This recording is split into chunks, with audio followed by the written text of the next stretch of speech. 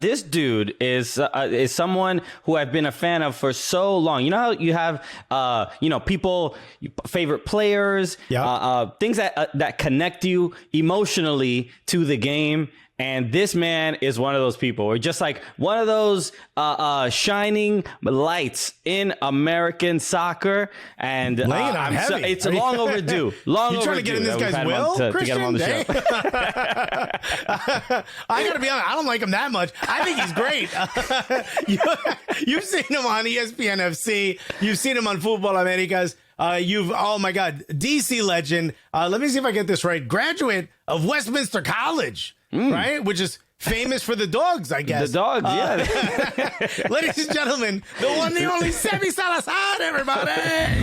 Wow. What an intro. Good. Christian, you want to be my agent or what? What's going on here? Sign me up. Okay. Yeah. I don't read any contracts, but you're going to get a lot of deals. Okay. Nice. Sign it, baby. It don't matter. Sebastian Salazar, thank you so much for joining us, man. Yeah, we've come across each other a couple times throughout the years, and it's a crime that we haven't had you on the show yet, but thank you so much for joining us.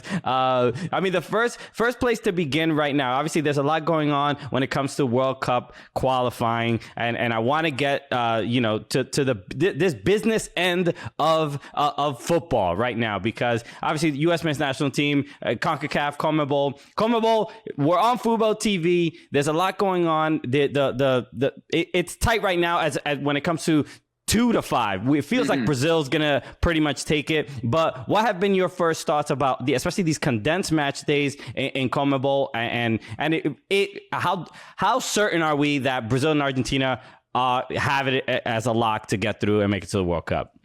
Yeah, so you said Brazil is a lock. I think both Brazil and Argentina are a lock. You're not wrong to suggest that Argentina are a bit off Brazil.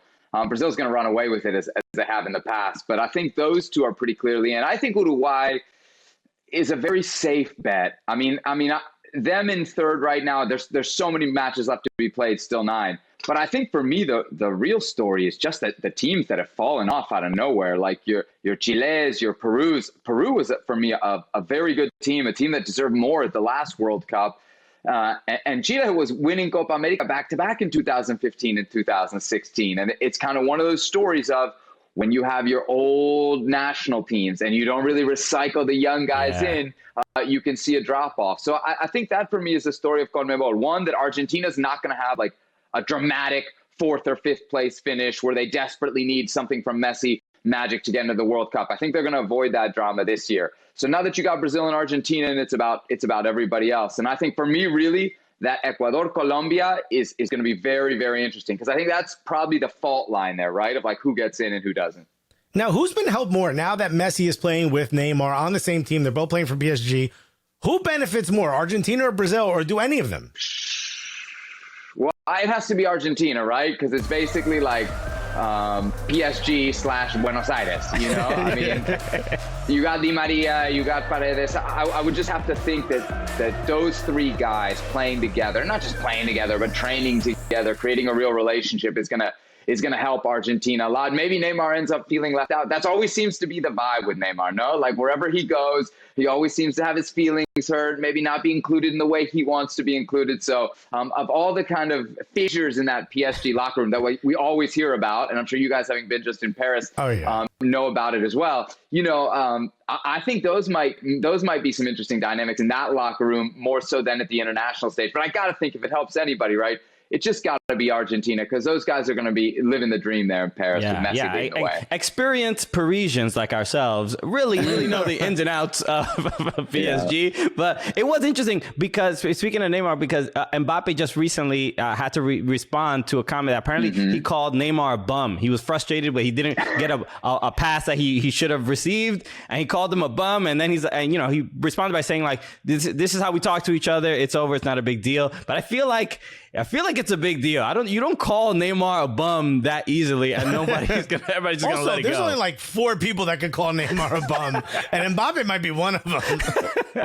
and many of them might be on his team, right? Because one of the other ones is definitely Messi, who can call him a bum. Look, I don't know. Sometimes I feel like we pretend like we know these guys, like we know what Neymar is like, but he does cut a sensitive figure, right? He does cut a figure of a guy who you're like, okay, this guy's in his feelings a lot for right or for wrong. And I don't say it influences his career because people would say that in a negative way, but I do think it impacts his career and his play. And that's probably all of us, right? Like our emotional state and whatever we're not doing when we come to work, it comes with us.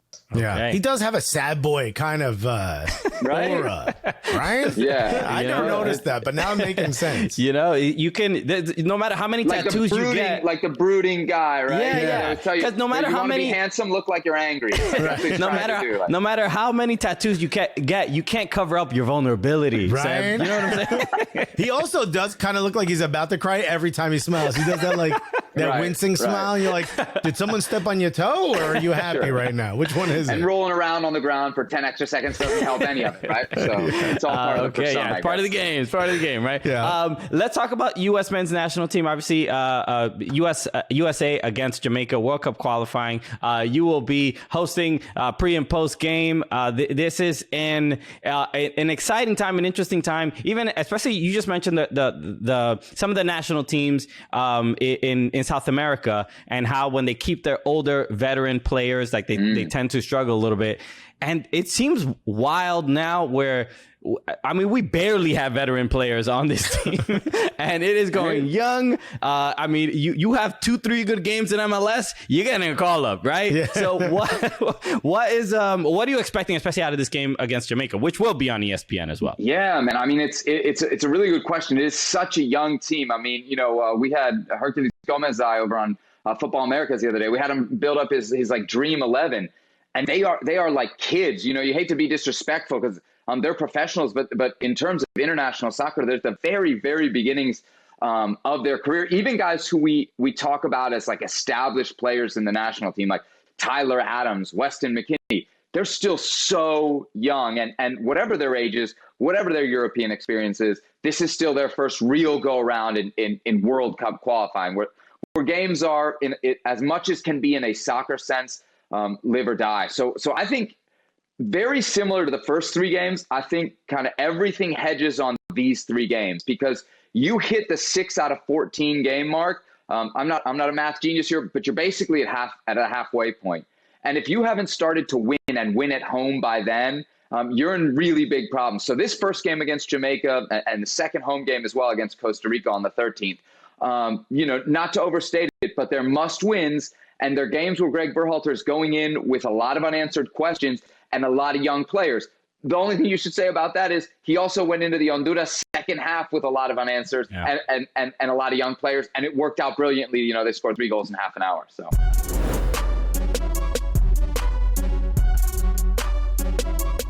I'm Richard Desma, and I play for PSV, and, I kicked it with my homies, the Cooligans, so that's all I got.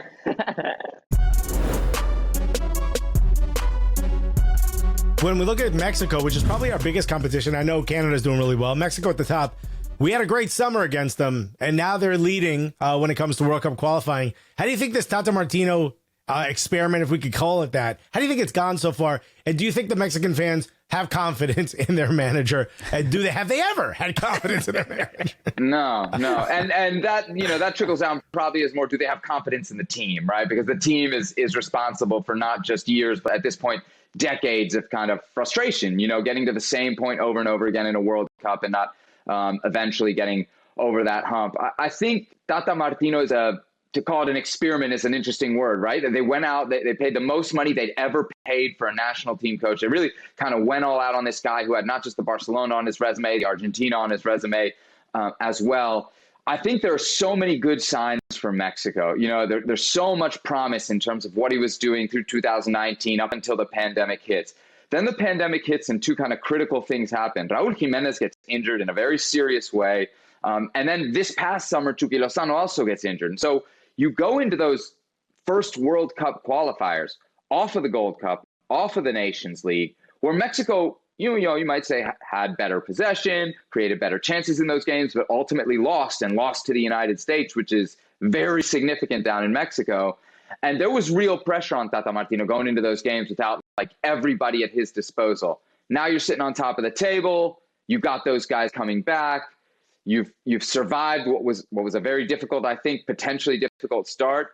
And as much as this can be the case, I think Tata Martino goes into this space in a very, very comfortable position.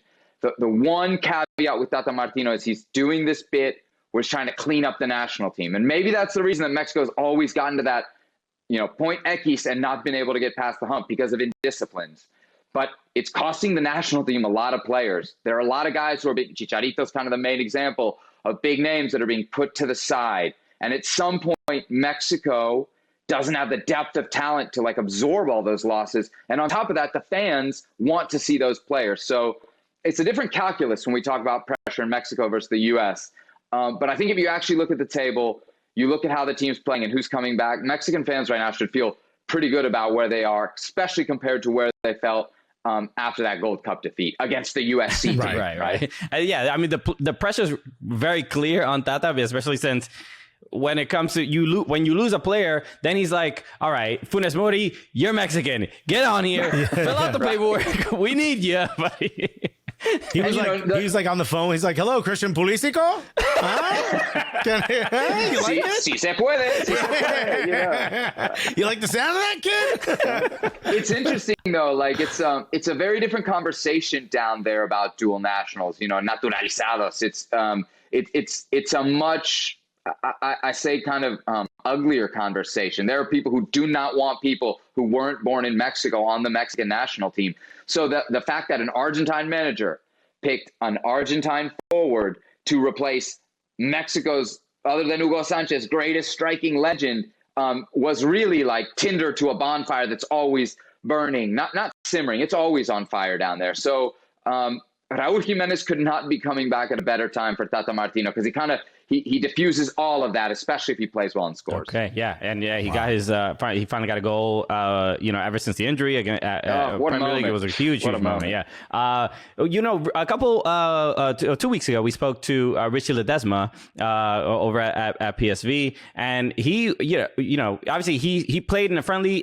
He's been through the U.S. youth system, but he is one of these guys that can still switch over if he chose to. We saw Julian Araujo of LA Galaxy make the switch today, I believe, officially.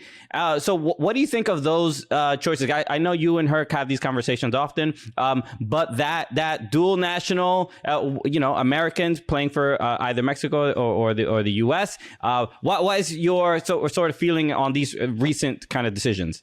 It's a fascinating topic, right? Because it's going to be a huge part of the player pool, not just for the U.S., but for Mexico. And you imagine a player coming through that is really like a game changer for both, and almost like an Alabama and an Auburn recruiting against each other. You kind of imagine that showdown for young talent.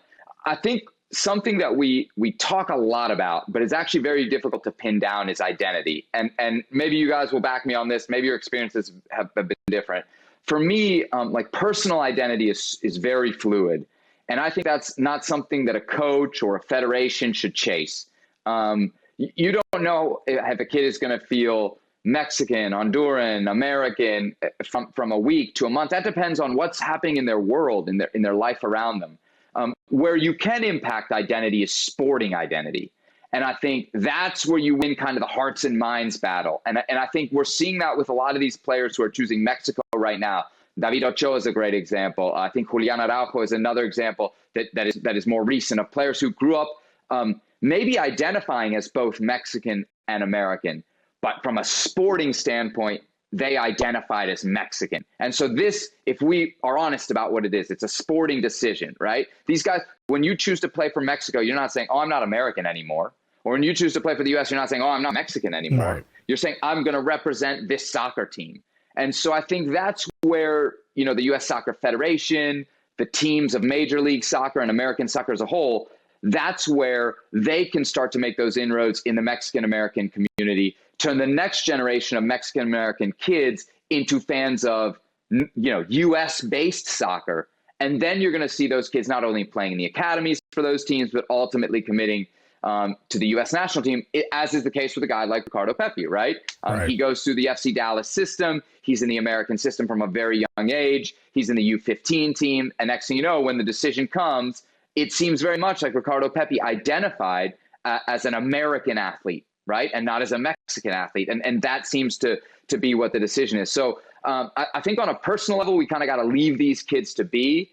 I think where you can see the work to be done, and this is for both federations, right? Because it's going to be a nuclear arms race. It's going to be a competition. How do you win the hearts and minds of that next generation? Exactly. It really is. It's like a propaganda war almost. And so both U.S. Soccer and the FMF are going to go toe to toe in that battle. And I'm super, because I don't have the answers, so I'm super fascinated to see what they come up with as kind of their recruiting tools in this new recruiting war. I picture like Thomas Ronningen being sent to someone's house with maracas, and they're like, "No, don't do it, dude. This didn't work before." You know, I think we just need Nick Saban involved. He gets everybody. Right? Coach K, right? He gets the players he wants. Teach him Spanish. Let's make this decision even harder for these kids. The rumor of Liga MX and MLS combining in one way or another seems to be coming to fruition with this Leagues Cup thing happening. How are you feeling about it? And is this the beginning, or as some people fear, the beginning of what's coming next? Or is this it? This was the big feared combination of leagues. Yeah, so I am, I'll say this as a Mexican American, I hope the powers that be in American soccer find some other way to market the sport in this country, especially on the men's side, that doesn't have to do with Mexico. I think there's obviously dollars to be made there, but there are other communities, right? There's other outreach to be had. And if soccer in this country is going to be only for Mexican Americans, we're just going to end up leaving a lot of people out. So as much as I love Leagues Cup, I think it's important to say, like, this isn't the only way to turn a profit. You know, we see U.S.-Mexico friendlies we were seeing them every 6 months for a while before the pandemic. And I think when we do that, we can take something that's great and water it down. Beyond that, what I'll say to your point, Alexis, is I hope, and I think this is the end product, right? I hope this is, for all the talk that we ever heard of merger, this is kind of like what we're settling on. Because a real merger, to me would end up killing both leagues. Like, I don't think that's in the best interest for truly everybody and for the domestic soccer in those both countries, if we're being honest. I think this is a healthy compromise from the league's perspective, right? The one concern for me from MLS is that what happens if you get eliminated in group phase of this and your team's terrible and goes out early in playoffs? You now have professional soccer players whose seasons might last like 2 months and 3 months. So like 5 months out of the year, you're a professional player. How are you really, getting any better, developing, or even more importantly, being seen on the world market in any relevant way? So I think the Leagues Cup is a good idea. I think the amount we're going to get it in 2023, 28 teams or 27 teams from MLS, 18 from Liga MX is a little bit over the top. But if you want to include everybody, I don't know how you don't make this thing big. And to some extent, I'll say I'm glad that they didn't just slam this on top of the MLS schedule, because then we'd really be taking, like, for me, what would be even a more disrespectful turn from player safety, right? And like what it takes to put on a good product and not just throw dudes out there and put it on TV. Like, MLS rosters are not that deep. If you're only going to have a salary cap of, $10-20 million max to build your team, then you can't ask these guys to play 60 games like they do in Europe, because we're not going to end up getting the same product and everybody's going to suffer.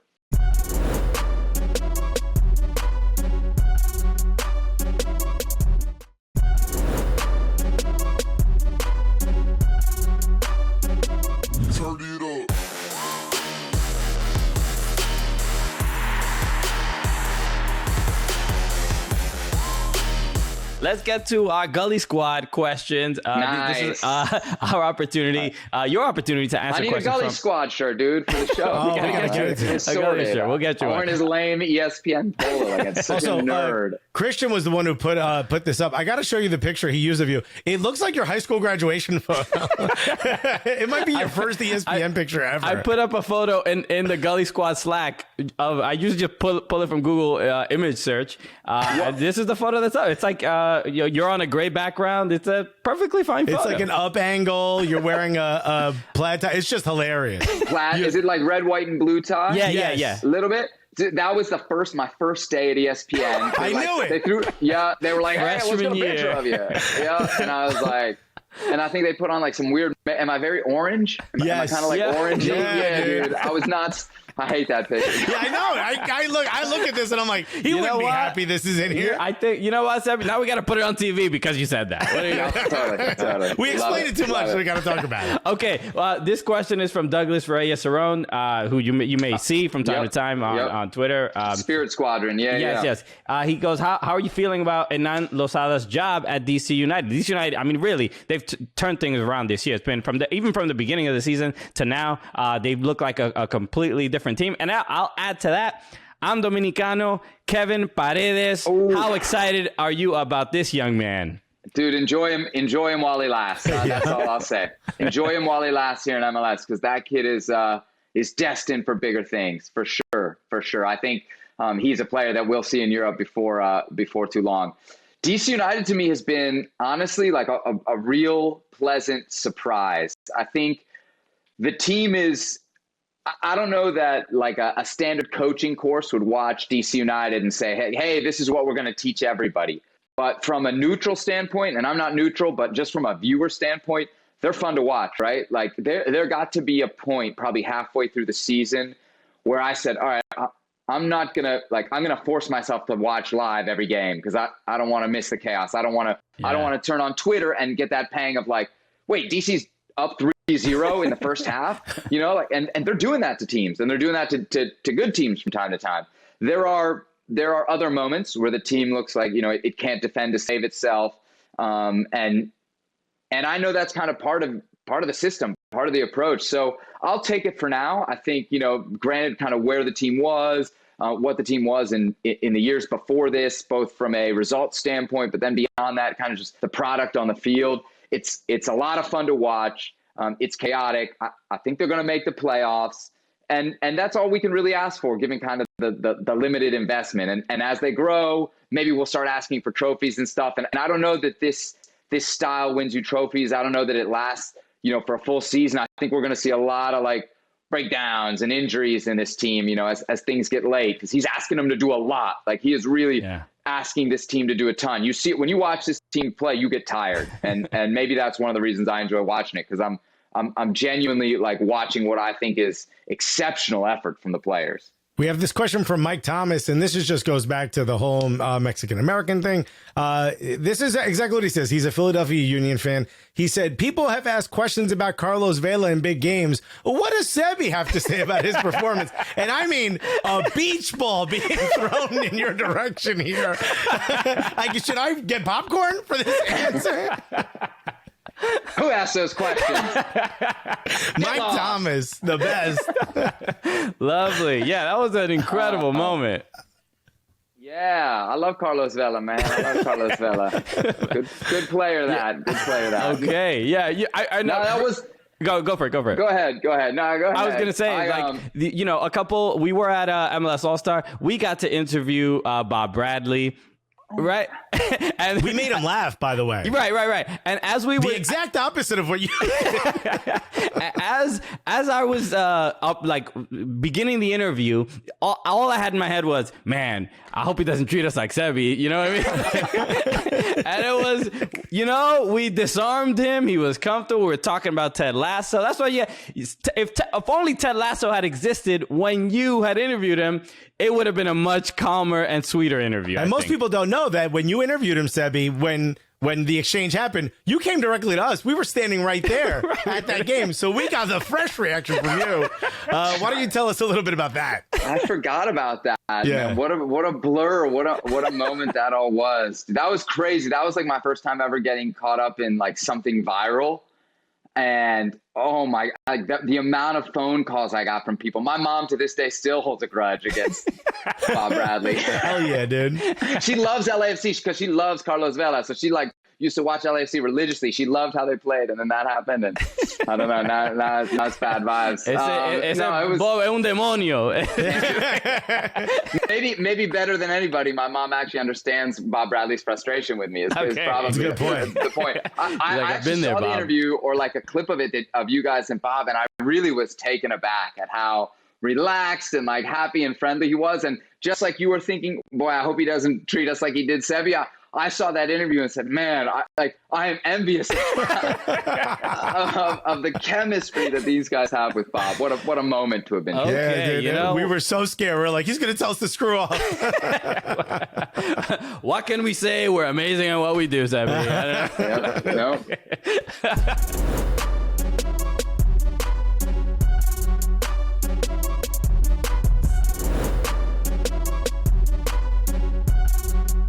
Sebastian Salazar, thank you so much for joining us, man. This has been an absolute honor.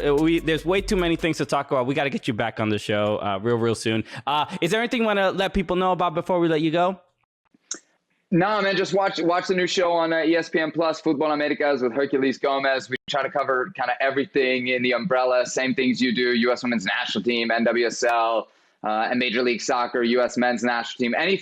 Anything that has to do with soccer in the U.S., Mexico, and North America, we try to be on it. So we do that show twice a week, Mondays, Thursdays on ESPN Plus. Check it out, and we'll see you on the desk for the qualifiers. We got one on October 7th against Jamaica, and then we're also doing the last of the 3 games, October 13th against Costa Rica, that game back in Columbus. So it should be 2 pretty good games and 2 like pretty awesome backdrops, right. 2 new stadiums with roofs that should be loud. So we're really looking forward to it on ESPN. Those games will be a lot of fun. Awesome. Yes. And if you're watching this live right now on the 7th, the U.S.-Jamaica game is happening right after this interview. So please switch over to ESPN because it's on fuboTV as well. All right. We got to get to our Golazo gift. This is your opportunity to celebrate a goal that we will turn and we will clip and we will turn it into a gift that will live on the internet forever. Alexis will give you a scenario and feel free to celebrate it however you like. Alexis, what do you suggest? Let's see. For some reason, you're playing in an ESPN match, right?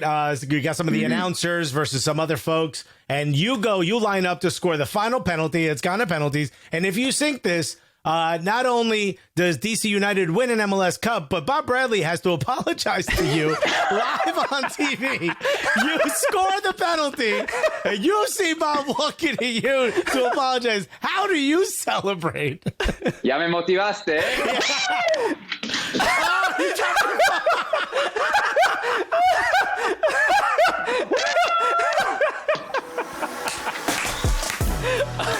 Yes.